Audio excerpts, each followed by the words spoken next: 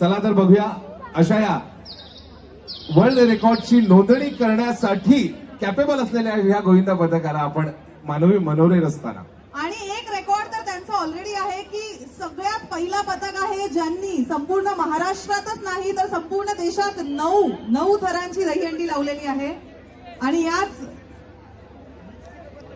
याच पथकाची आतुरतेने आज आपण वाट पाहत आहोत। गिनीज वर्ल्ड रेकॉर्ड होल्डर देखील हे पथक आहे।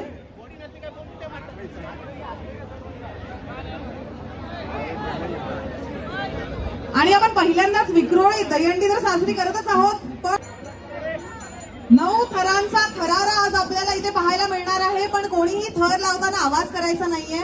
थर लावल्यानंतर जोरदार टाळ्या देखील झाल्या पाहिजेत, पण थर लावताना कोणीही आवाज करणार नाहीये।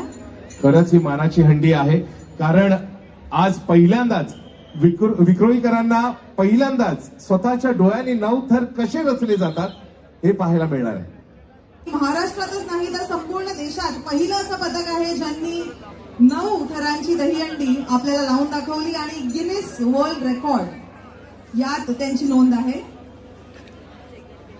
जय जवानचा प्रारंभ आणि विक्रोळीमध्ये आरंभ, पहिली त्यांची दहीहंडी असते इथे विक्रोळीत। आरंभ दहीहंडी उत्सव 2024 इथे लावत आहेत।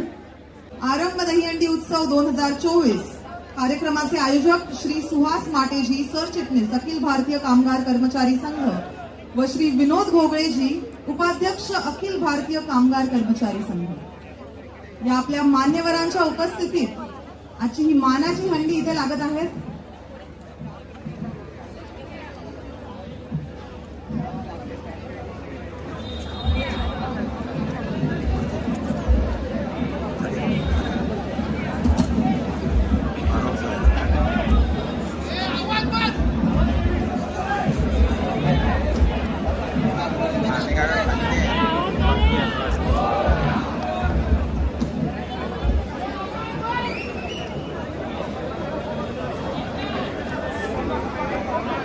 सगळ्यांनी शांतता राखायची।